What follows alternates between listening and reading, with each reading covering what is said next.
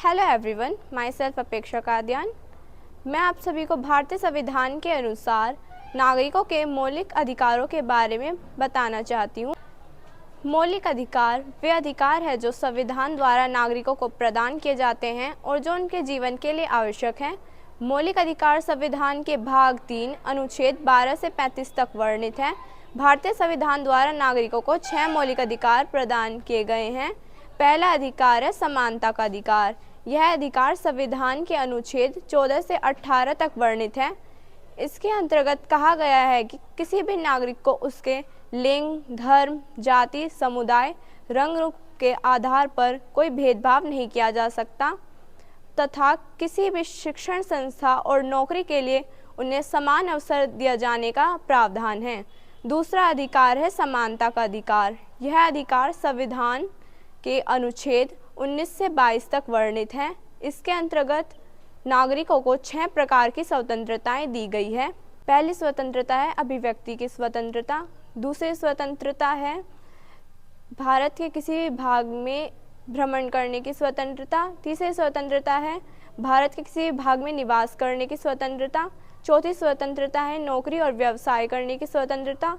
पांचवी स्वतंत्रता है संघ और संगठन बनाने की स्वतंत्रता।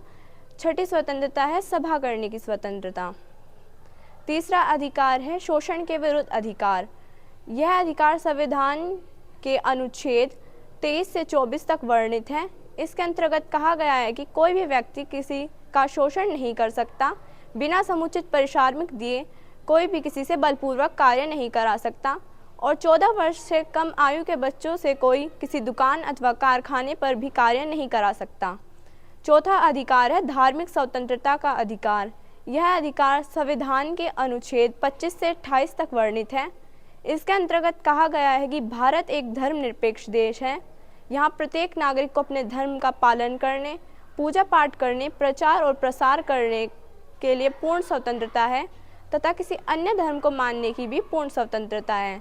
कानून की नज़र से सभी धर्मों को एक समान रूप से देखा जाता है, अतः हमें सभी धर्मों का सम्मान करना चाहिए।